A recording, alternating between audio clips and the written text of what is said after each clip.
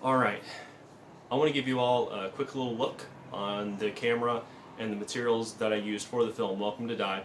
I shot it on my Sony a6300, and I just want to give you a little bit of a breakdown on how I shot the film, what I used for it, and maybe in the future I'll make a video on how I edited the film and put it all together. But today I'm just going to give you a breakdown of the camera and some of the lenses and stuff that I used. So with that said, let's jump right in. Cool, that's not bad. What you're looking at right now is the equipment that I used for the film, Welcome to Die. This is it.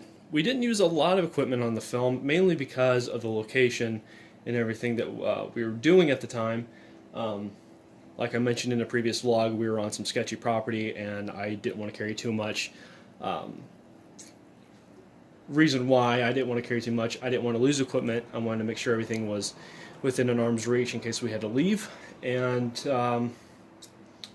we weren't really in a position that we could keep running back and forth to a car and get materials that we needed. We had to keep everything with us all at once. So if we couldn't fit it in a backpack and get it within maybe 20-30 seconds for the film, we didn't bring it. So this is it. With a couple exceptions. One of the exceptions is the tripod. I'm using that right now to make the breakdown. Another exception is the Rode NTG Mic 2 that we used. And that is not in my possession. That was a friend of mine's, and I can't show that at the moment. So, here's a breakdown.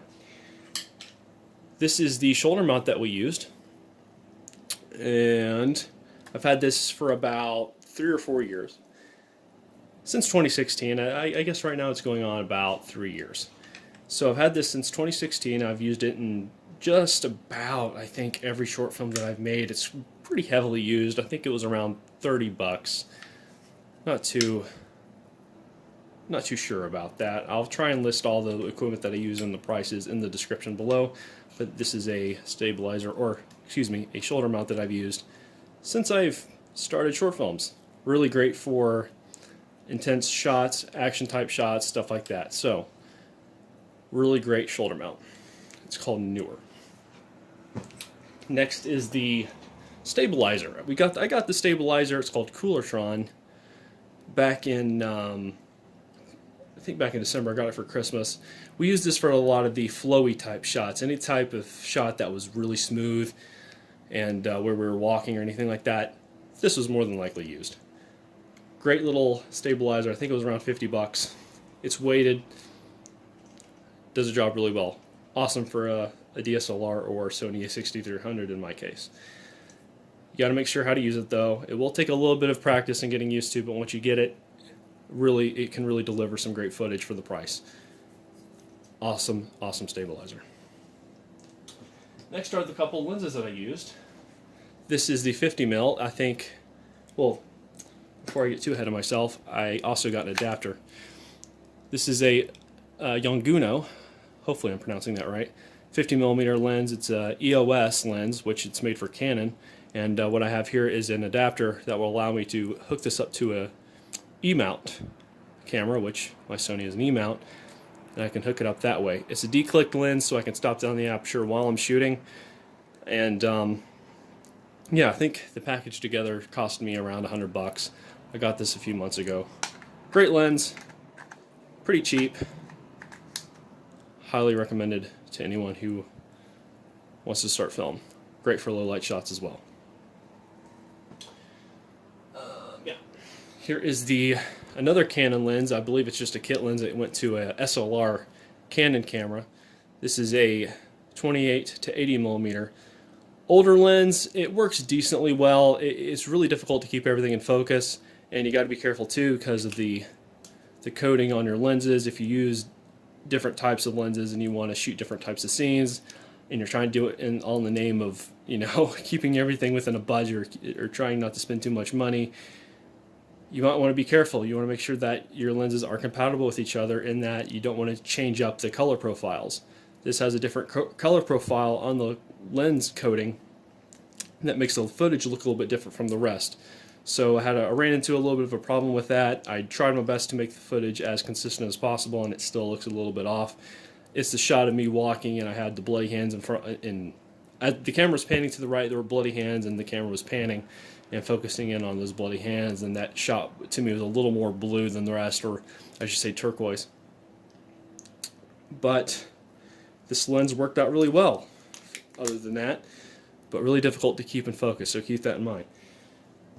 Next I have this is pretty simple here. This is a Rode Mic Go. I think it's a video, yeah, it's called a Video Mic Go. I think it's around $100. Again, don't hold me to the prices.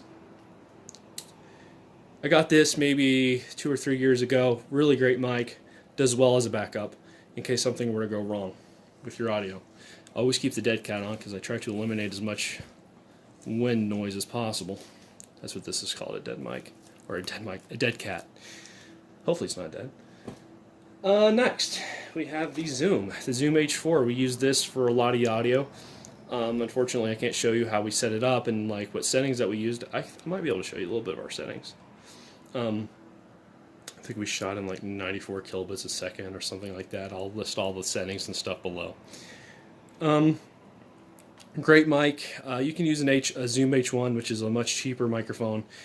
We use this one because it has XLR inputs, and you can use phantom power in case your mic needs a little bit more of a boost. Great mic. I'm not too sure about the price on it, as with everything here, but great microphone. Highly recommend.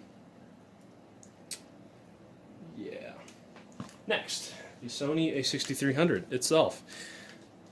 The one I got came with a kit lens. That is the 16 to 50 millimeter lens. Does really great.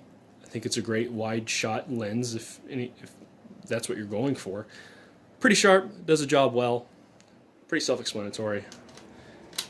It's an E-mount lens. I got the camera myself. The settings that I used for the film, if anyone is interested, I used, let's see here, I believe it was Picture Profile 2 at S-Log3. Yeah, I used Picture Profile 2 at S-Log3. Hopefully you can see that and I'm not blinding you guys. S-Log3 at Picture Profile 2. Great camera. A little rough with the rolling shutter, but other than that, for 4K, it's pretty much a deal breaker, or not a deal breaker, a deal maker, I guess I should say. Awesome camera. Hopefully I can get another one in the future. Really love it. Yeah, that's it. Hope you guys enjoyed.